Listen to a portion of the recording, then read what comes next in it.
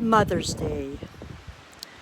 Now, for some people, it's flowers, hugs, cards, and beautiful memories. But for others, Mother's Day is complicated because not every mother knew how to love openly.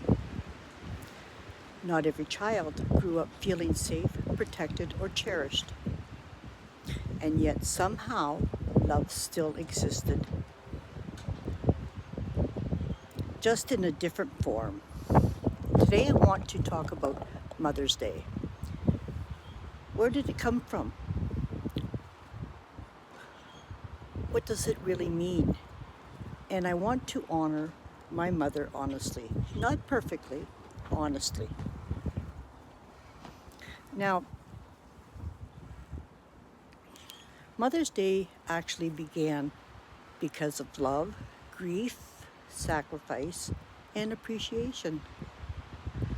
The modern version, it started in the early 1900s. A woman named Anna Jarvis wanted a special day to honor her mother after she passed away. Her mother had spent her life caring for others during very difficult times.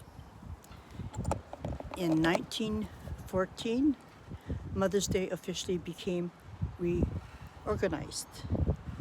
Or not reorganized, recognized, sorry. A day set aside to appreciate mothers and motherhood. And over time, it became one of the most celebrated days in the world. But I think Mother's Day means different things to different people. For some, it is joy. For others, it is loss. And for some, gratitude. For others, pain, confusion, longing, or forgiveness. Sometimes all at the same time.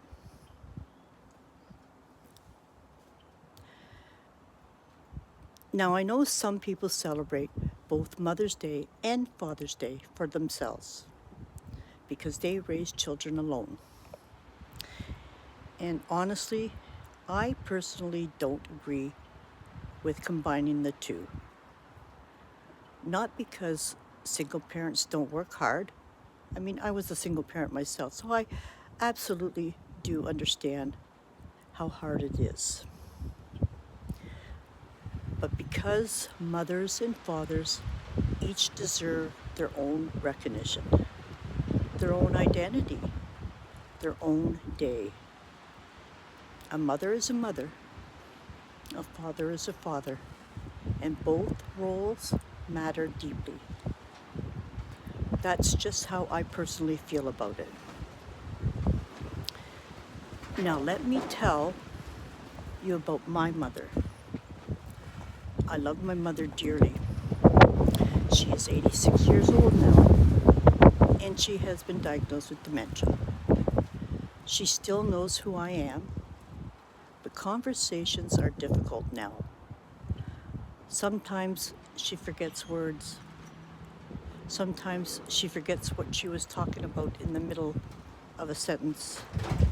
And I have learned I must stay calm, patient, gentle, because this woman, who once seemed so strong to me, is slowly fading. And that is very hard to watch. My mother walked out when I was 4 years old. My sister was 3. My little brother was only 2. Back then, if a woman walked away from a marriage, she automatically lost custody of her children. There wasn't support for women like there is today. No real help. No welfare system like now. So many women stayed trapped in unhappy or abusive marriages because they had nowhere to go. My mother left anyway. And whether people agreed with it or not, that would have taken tremendous courage and desperation back then. But for us children, it left wounds, deep ones. My sister still carries tremendous anger toward our mother, and honestly, that is understandable. My mother hurt her deeply. I seen it and I heard it. It shocked me. She was very right to feel her anger. Alienation leaves scars. And I respect my sister's feelings completely. But I chose a different path. I chose to try to understand instead of hate. And if I couldn't fully understand then, I choose acceptance. Because as I got older, I realized something very important. People can only love from the level they were taught. And my mother, she was never openly loved that way either. So she didn't know how to give love. Her mother was not affectionate, not nurturing. So my mother never truly learned how to give the kind of love I craved as a child. But I still believe she loved us in the only way she knew how. My mother went on to have more children. I am the oldest of 8. 3 of us with my father and 2 with another man. And later she adopted 3 children. And out of those 3 children, 2 are twins, the babies of the family. But something else happened. My mother became a CIS home here in Canada, which is a children's aid home. And over the years, she opened her doors to hundreds of children. Hundreds. Children who needed safety, food, care, a place to belong. And sometimes I wonder, maybe part of her was trying to heal something inside herself. Maybe she was trying to give other children what she felt she lost with us. I don't know for sure, but I do know this. My mother may not have known how to love perfectly, but she spent much of her life trying to care for others. And that matters.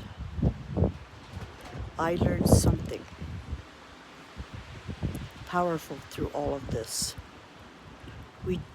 We do not have to continue the cycles we came from. I may not have grown up with soft words, gentle affection, or physical comfort, but I craved it. So I chose differently. I gave my children the love I wished I had received. Not because I was perfect, but because I understood the absence of it. Pain taught me what mattered, and sometimes the people who lacked love the most became the ones determined to give it. That is how cycles are broken, one choice at a time. So this Mother's Day, I honor all mothers, the strong mothers, the exhausted mothers, the loving mothers, the imperfect mothers, the mothers who tried, the mothers who failed, the mothers who learned too late, the mothers carrying guilt, and the mothers carrying grief, and especially the mothers who broke cycles so their children could live differently. And to my mother, I love you. Not because everything was perfect, but because somewhere along this journey, I learned understanding can heal things. And that anger never could. Happy Mother's Day, Mom. And happy Mother's Day to all the women out there doing the best they can with what life gave them. If this touched your heart, share your story below. Sometimes healing begins when someone finally feels understood.